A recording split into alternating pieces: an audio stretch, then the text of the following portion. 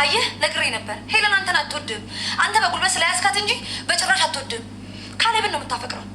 ለእኔ እንኳን ያለችኝ ከካሌብ ጋር ጥሩ ጊዜ እያሳለፍን እያለ ልክ ልንሳሳም ስንል ቅዱስ መጥቶ አበላሸብን ያለችኝ። ምን ማለት? አይ ሳታፍር በደስታ ነገረችኝ።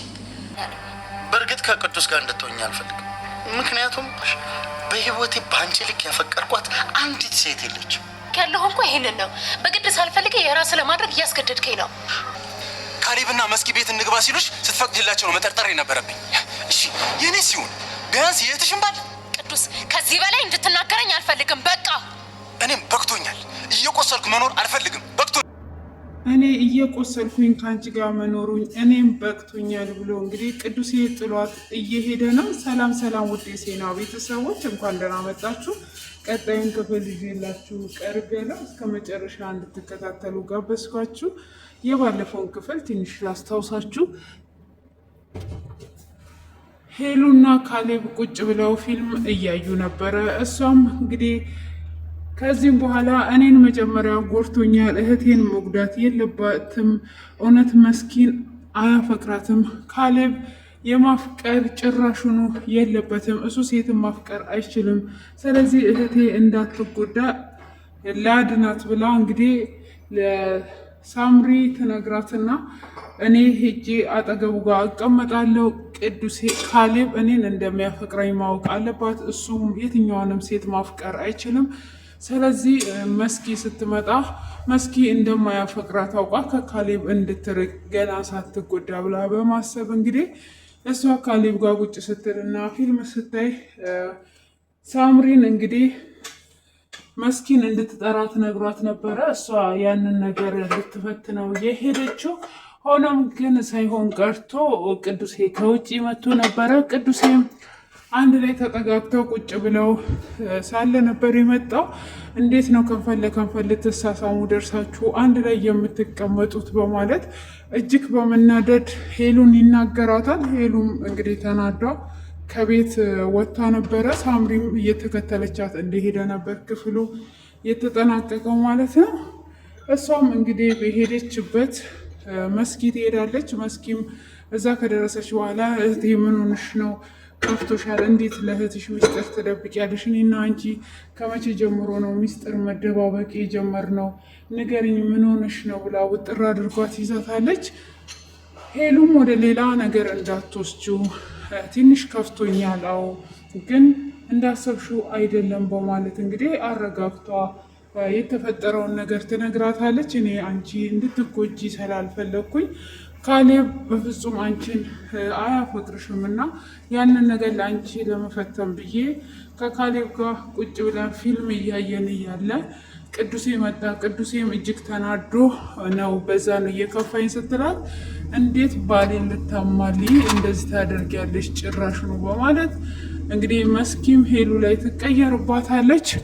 ሄሉም እንዴ እንደዛ ኩልል አይደለም፣ እንደዛ እንድታስቢ አይደለም፣ እኔ ለአንቺ በማሰብ ነው በኋላ እንድትጎጂ ስላልፈለግኩኝ ነው ብላ ብታስረዳትም እንዴት ባሌ ልታማልይ ጭራሽ ባለትዳር ሆነሽ ብላ እኔ ቤት ስለሌለኝና እዚህ አስጠጊኝ ስላልኩሽ ነው እንዴ ብላ እጅግ ትልባታለች። እንግዲህ በዛው እሷም ትናደዳለች። እሷም በተናደደችበት መስኪም እዛ ትጥላትና ወደ ቤት ትመለሳለች። ወደ ቤትም ትመለስና ካሌብን ታገኘዋለች። ካሌብንም አሁን እንዴት ነው እስቲ ንገረኝ፣ ካሰብነው በላይ ነው እየሄደ ያለው ወይስ ነገሮች እየተበላሹብን ነው ብላ ስትለው፣ አረ እንደውም ካሰብነው በላይ በጣም አሪፍ ነው፣ ጥሩ ላይ ነው ያለው፣ አሁን በቃ ሊፋቱ ምንም ያህል አልቀረም በማለት እንግዲህ እየተደሰቱ ይገኛሉ።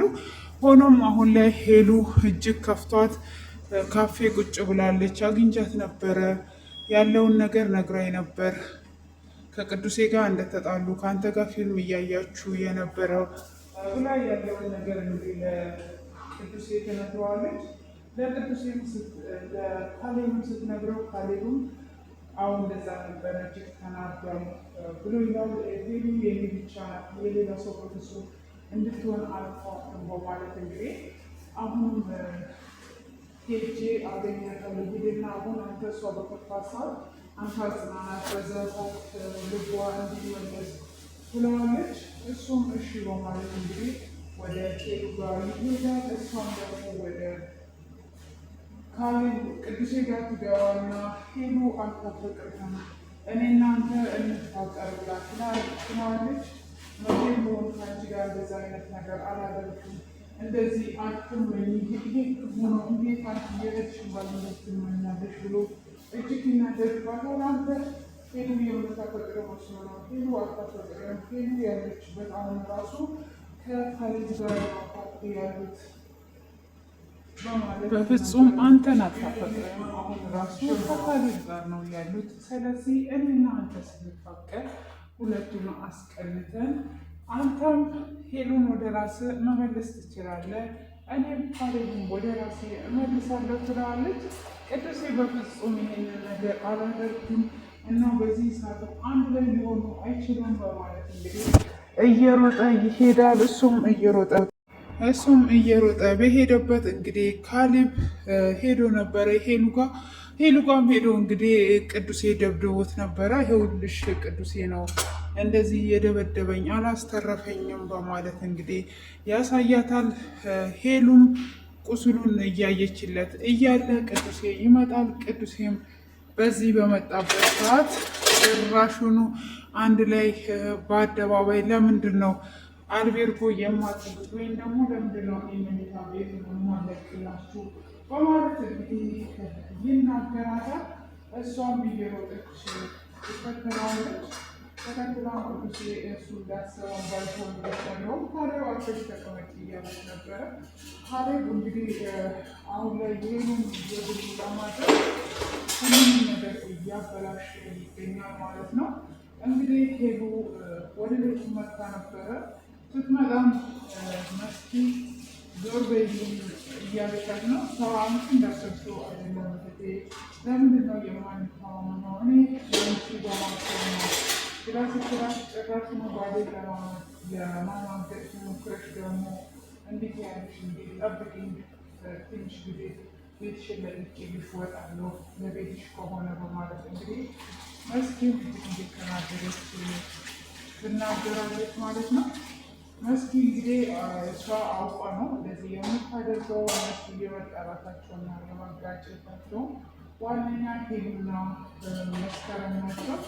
እንግዲህ በዚህ እሷ ቅርታ ብትጠይቃትም እንግዲህ ቅዱሴን ደግሞ ከዚህም በኋላ ከአንቺ ጋር እየቆሰልኩኝ በፍጹም መኖር አንፈልግም፣ የእኛ ነገር በዚህ ማብቃት አለበት ብሎ ይላታል። እሷም እንዴት ልቤት ሰብረት ትሄዳለህ?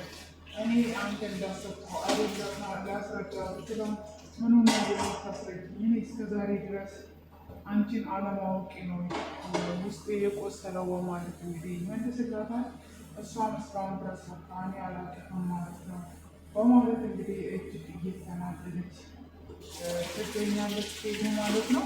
ሄሉ አሁን ላይ በጣም ግራ ገብቷታል። ከእኔ ነው ወይስ ከሰዎቹ ነው? እኔ ምን እያጠፋሁ ነው ያለው? ምን እያደረግኩ ነው ያለሁት? እያለች እንግዲህ ራሷን እየደመገመች ትገኛለች። እነሱ እንግዲህ ሁሉም አሁን ላይ ሄሉን አፍርተዋታል። ሆኖም ካለሚሳ የራሱ ሊያደርጋ ስለሚፈልግ እሱ ነው እየቀረባት ያለው ማለት ነው። እና በስተመጨረሻ እንግዲህ እሷም አሁን ላይ አንቺ ባሌ የምታማግጪ እንደዚህ ካረግሽ እኔ እህቴ ነሽ ብዬ እንደዚህ አምኜሽ እንደዚህ አይነት ነገር እንዴት ታደርጊያለሽ? በማለትም እንግዲህ አንድ ጊዜ ብቻ መስኪ አዳምጪ ብትላትም መስኪ እንድታዳምጣት በፍጹም አልፈለገችም ማለት ነው። መስኪም እንግዲህ እንደዛ ብላ ወደ መኝታ ክፍል ትገባለች። እሱም ሳምሪ ታገኛታለች ሄሉንም ካገኘቻት በኋላ ሄሉም ወደ ኩሽና ነበር የሄደችው።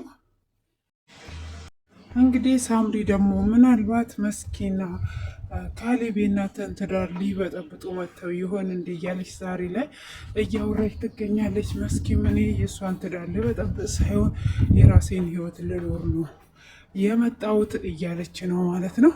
እንግዲህ መስኪ አሁን ላይ እየቀናችም ነው ያለችው። እንዴት ነው እኔ ምን ጎሎኝ ነው ካሌብ ራሱ ሄሉን የሚለው? እኔ ከእሷ እየበለጠ ነው እንጂ ከእሷ ያነስኩኝ አይደለውም። ለምንድን ነው እሱ እንደዚህ የሚለው? ምንድን ነው ከኔ ያነሰው? ምንድን ነው ከኔ የጎደለው? ቅዱሴም ካሌብን ሄሉን ነው የሚፈልገው። እኔ ምንድን ነው እያጠፋለሁት? ምንድን ነው የጎደለኝ? ያለች እንግዲህ ራሷን እየገመገመች ነው ማለት ነው። ያጠፋሁት ነገር ምንድን ነው እያለች ነው። ውድ የተከበራችሁ ቤተሰቦቼ እንግዲህ ዛሬ ላይ ሳምሪ ያው እውነቱን እንድትናገር ነው። ሳምሪን ደግሞ ያው በውለታ እያያዘቻት እኔ ያደረግኩልሽን ረሳሽ ወይ? እኔ ያደረግኩልሽን እያለቻት እንግዲህ በየሰከንዱ እሷ ያደረገችላትን ነው የምታስታውሳት ማለት ነው። እኔ እንዲያርጌልሽ እኔ በዚህ ሆኜልሽ እያለቻት ነው እንግዲህ እሷ ያንን ነገር ይህንን ነገር አርጌልሻለሁ፣ ወደዚህ አርጌልሻለሁ እያለቻት በብዙ እየጎዳቻት ትገኛለች። አሁንም ደግሞ እኔ የምልሽን ነገር ብቻ እንድታደርጊ ነው የምፈልገው እያለች እንግዲህ እንትን እያለች ነው ማለት ነው። ውድ የተከበራችሁ ቤተሰቦቼ እንግዲህ ሁሉንም ነገር ነግሯት ታሪኩ ይቀየራል ወይስ እንዴት ይሆናል የሚለውን እንግዲህ በቀጣይ ክፍል የምናየው ይሆናል ማለት ነው። ለዛሬ ያዘጋጀውላችሁ ይህንን ይመስላል። ቀጣዩን ክፍል እንግዲህ ሄሉ ሳምሪ ፍርጥርጥ አድርጓ የምትነግር ይመስላችኋል ወይስ የማትነግር ይመስላችኋል? እንግዲህ በጉጉት እንጠብቃለን። መልካም ምሽት ይሆንላችሁ። ከልብ አመሰግናለሁ።